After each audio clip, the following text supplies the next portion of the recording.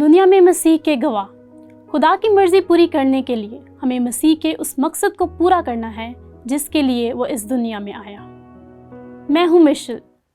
ہم جب اناجیل کا مطالعہ کرتے ہیں تو دیکھ سکتے ہیں، خاص طور پر لوکا کی انجیل میں یسوع کی رسولوں کے لیے خاص بلاہٹ تھی، اور خاص طور پر جب یسوع نے انہیں ارشاد اعظم کی ذمہ داری دی، جب اس نے کہا جاؤ اور جا کر سب قوموں کو شاگرد بناؤ۔ مگر آپ اس بات کو جانیں گے کہ یسوع نے اور لوگوں کی بھی مدد کی ضرورت ظاہر کی، اور اس کے مطابق ہم اسے مختصر مشن کہہ سکتے ہیں جو بہت سے لوگوں کے لیے ہے، اور ہم اس کے بارے میں لوکا 10 باب اس کی پہلی آیت میں پڑھ سکتے ہیں۔ ان باتوں کے بعد اور جب ہم ایسا کہتے ہیں، اس کا مطلب ہے پہلے کچھ ہوا ہے اور وہ جاری ہے۔ تو کیا ہوا تھا؟ وہ یروشلیم کی طرف جا رہے تھے۔ ان باتوں کے بعد خدا نے 70 آدمی اور مقرر کیے، اور جس جس شہر اور جگہ کو خود جانے والا تھا وہاں انہیں 2 کر کے اپنے آگے بھیجا۔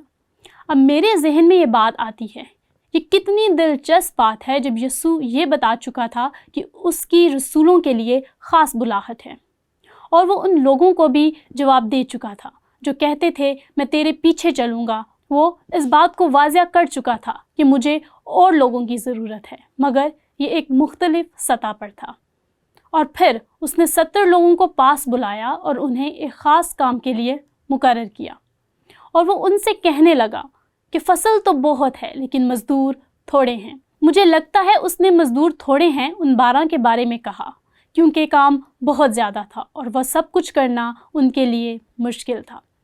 اس لیے میں تمہیں بھیجوں گا کچھ عرصے کا کام، اس لیے کہ فصل کے مالک کی منت کرو کہ اپنی فصل کاٹنے کے لیے مزدور بھیجے۔ وہ گئے، اور جب وہ واپس آئے تو اس کے نتائج بہت اچھے تھے۔ وہ 70 خوش ہو کر واپس آئے اور کہنے لگے، اے خداوند، تیرے نام سے بدروہیں بھی ہمارے تابع ہیں۔ اور جب وہ 70 کچھ عرصے کی منادی کر کے واپس آئے تو یسوع نے اپنے رسولوں کو تسلی دی، کیونکہ انہیں واقعی اس کی ضرورت تھی۔ اب 23 آیت میں ہم پڑھتے ہیں، اور شاگردوں کی طرف متوجہ ہو کر، اور یہاں پھر سے شاگرد لکھا ہے، اور یسوع انہیں اکثر شاگرد کہتا ہے، اور لوکا بھی اکثر انہیں شاگرد ہی لکھتا ہے، لیکن سیاق و سباق سے ہم جانتے ہیں کہ ان 12 کے بارے میں بات ہو رہی ہے، اور شاگردوں کی طرف متوجہ ہو کر خاص انہی سے کہا، اور یہاں وہ پھر سے صرف انہی سے بات کر رہا ہے۔ مبارک ہیں وہ آنکھیں جو یہ دیکھتی ہیں جنہیں تم دیکھتے ہو۔ رسولوں کی ایک خاص بلاہٹ تھی، اس لیے وہ سب دیکھ رہے تھے جو کوئی اور نہیں دیکھ سکتا تھا، کیونکہ میں تم سے کہتا ہوں کہ بہت سے نبیوں اور بادشاہوں نے چاہا کہ جو باتیں تم دیکھتے ہو دیکھیں مگر نہ دیکھیں، اور جو باتیں تم سنتے ہو سنیں مگر نہ سنیں۔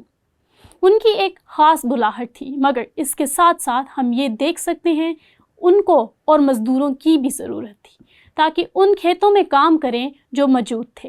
جب سامری وادی سے گزر رہے تھے، اس نے کہا، تم سے کہتا ہوں اپنی آنکھیں اٹھا کر کھیتوں پر نظر کرو کہ فصل پک گئی ہے۔ اس نے یہ استعارہ استعمال کیا۔ اب اس سوال کا تعلق ہم سب سے ہے۔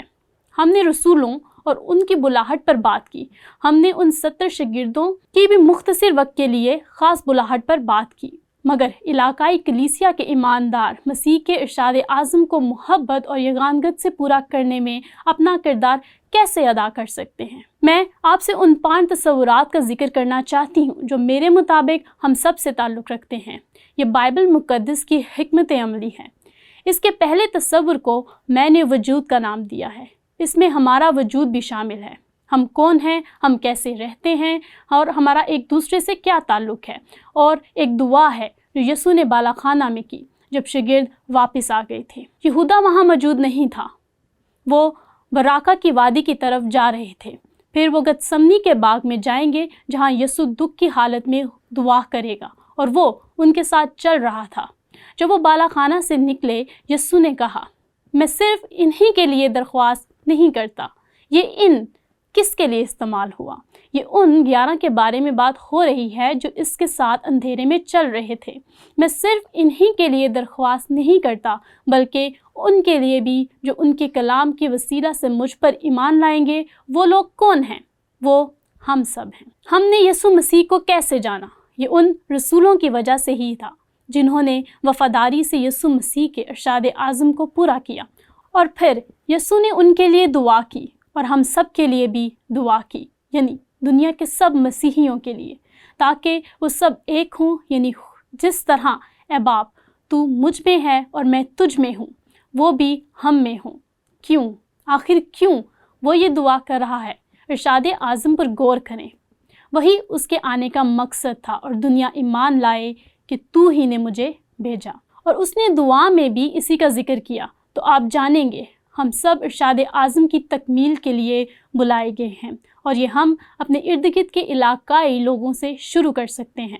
اس میں نئے عہد نامہ کی کلیسیا بھی شامل ہے، جس میں کرنیلیس، فلیمون، لودیا، فلیپی، دروگا اور وہ سب لوگ بھی شامل ہیں جنہوں نے اپنے علاقائی لوگوں میں منادی کی، جنہوں نے یسوع کو اپنی محبت اور یگانگت سے کلیسیا میں ظاہر کیا۔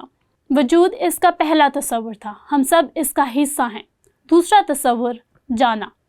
میرے خیال سے یہ خاص قسم کا جانا ہے جسے رسول اور مشنری جاتے ہیں، مگر جانے کی ایک قسم وہ بھی ہوتی ہے جب ہم اپنے گھر سے بازاری منادی کرنے جاتے ہیں۔ یہ کوئی دکان، کام کی جگہ یا قصبے کے باہر یا شہر میں بھی ہو سکتا ہے۔ اس لیے پطرس کہتا ہے، بلکہ مسیح کو خداوند جان کر اپنے دلوں میں مقدس سمجھو، اور جو کہ تم سے تمہاری امید کی وجہ دریافت کرے اس کو جواب دینے کے لیے ہر وقت مستعد رہو، مگر حلیم اور خوف کے ساتھ۔ کاش ہم سب لوگ اس انداز سے زندگی گزارتے کہ لوگ ہم سے ہماری امید کی وجہ پوچھتے اور یہ دریافت کرتے کہ یہ امید کیسے ملی۔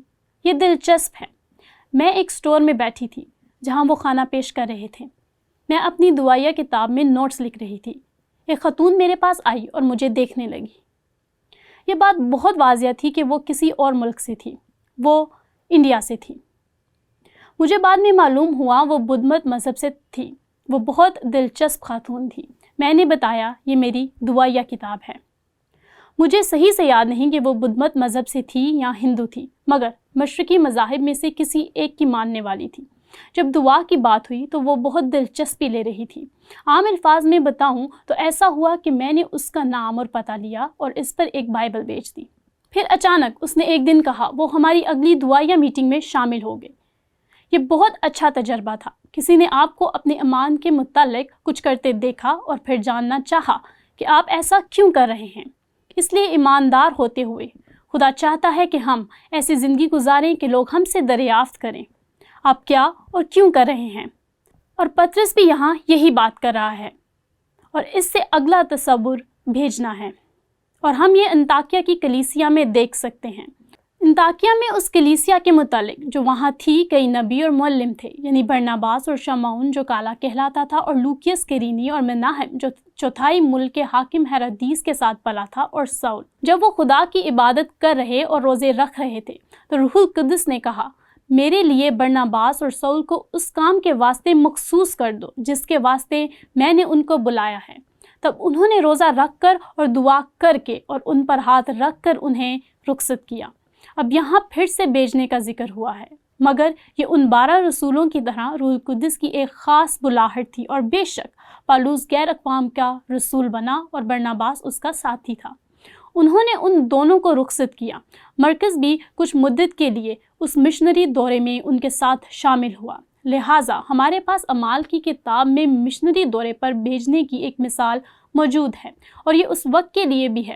کچھ لوگ واقعی روح القدس کی جانب سے بلائے جاتے ہیں کہ خداوند یسوع مسیح کی خوشخبری دنیا کے ساتھ بانٹے، اور اس عمل کے دوران انہیں ہماری مدد کی ضرورت ہوتی ہے، اور یہاں دینے کا تصور آتا ہے۔ اور ہم پڑھتے ہیں جب پالوس نے فلیپیوں کے نام خط لکھا، وہ قید میں تھا۔ اس نے کہا، اے فلیپیو، تم خود بھی جانتے ہو کہ خوشخبری کے شروع میں جب میں مقدونیہ سے روانہ ہوا تو تمہارے سوا کسی کلیسیا نے لینے دینے کے معاملے میں میری مدد نہ کی۔ چنانچہ تھسلنیکیے میں، یہ فلیپی چھوڑنے کے بعد تھا، جب وہ بیریا میں گیا، اور پھر تھسلنیکیے میں بھی میری احتیاج رفع کرنے کے لیے تم نے ایک دفعہ نہیں بلکہ 2 دفعہ کچھ بھیجا تھا۔ کس قسم کی چیزیں؟ شاید پیسہ، کھانا، کپڑے ہوں، یا اور بھی کئی طرح سے کی ہو۔ اور پھر وہ کہتا ہے، مجھے یہ بہت پسند ہے۔ یہ نہیں کہ میں انعام چاہتا ہوں، بلکہ ایسا پل چاہتا ہوں جو تمہارے حساب میں زیادہ ہو۔ مجھے یہ آیت بہت پسند ہے۔ ایسا لگتا ہے جیسے خدا کے پاس آسمان پر کوئی حساب کرنے کا سلسلہ ہے، کیونکہ یہ ایسا ہی لگتا ہے یہ ایک استعارہ ہے، اور وہ بس یہ کہہ رہا ہے کہ خدا حساب رکھتا ہے۔ خدا ہر ایک اچھی چیز جو کوئی کرتا ہے یا دیتا ہے اس کو اپنے حساب میں رکھتا ہے، اور یہ صرف تبھی ہوتا ہے جب ہم اپنے دل سے خدمت کرتے ہیں، چاہے کم ہو یا زیادہ ہو۔ خدا اسے ہمارے آسمانی خطے میں لکھتا ہے، اور کوئی بھی ایسا شخص نہیں ہے جو یہ جان سکے سوائے خدا کے، کیونکہ خدا عالم کل ہے۔ میں اکثر ڈی ایل موڈی کی مثال استعمال کرتی ہوں۔ وہ ایک سنڈے اسکول ٹیچر کی وجہ سے مسیح میں آئے، اور ڈی ایل موڈی نے کیا کیا؟ اس نے سنڈے اسکول شروع کیے تاکہ اور لوگوں کو مسیح کے پاس لائے۔ وہ ایک عظیم مبشر بنا۔ پھر اس نے موڈی بائبل انسٹیٹیوٹ کا آغاز کیا، جو پچھلی صدی سے بھی پہلے موجود ہے۔ یہ 1886 سے ہے۔ شاید دنیا میں بہت سے مشنری ہیں۔ دنیا کے 10% مشنریوں نے موڈی بائبل انسٹیٹیوٹ سے تعلیم حاصل کی۔ اب ان سب ایمانداروں کے بارے میں سوچیں جو ان مشنریوں کے ذریعے سے مسیح کے پاس آئے۔ ریڈیو کی خدمت اور ان کی عشایتوں پر غور کریں۔ اب ذرا سوچیں، خدا ان سب لوگوں کو جانتا تھا، اور ان سب کا تعلق جا کر اس سنڈے اسکول ٹیچر سے ملتا ہے جس نے ڈی ایل موڈی کو مسیح کی خوشخبری دی۔ سوچیں، یہ سچ ہے۔ میں بھی تمام ایمانداروں کے بارے میں سوچتی ہوں، یہ انعام کے لیے نہیں۔ یہ ایک دن ہمیں ہماری ایمانداری کا صلہ ضرور ملے گا، اور ہم ان لوگوں میں شامل ہیں جو جاتے ہیں، خدمت کرتے ہیں، اور خدا ہمارے دلوں کے مطابق اس کا حساب کرتا ہے، اور یہ سب ہماری سمجھ سے باہر ہے۔ دینے کے بعد دعا کی باری آتی ہے۔ مجھے یہ بہت پسند ہے، اور ہمیں ہر وقت دعا میں مشغول رہنا ہے۔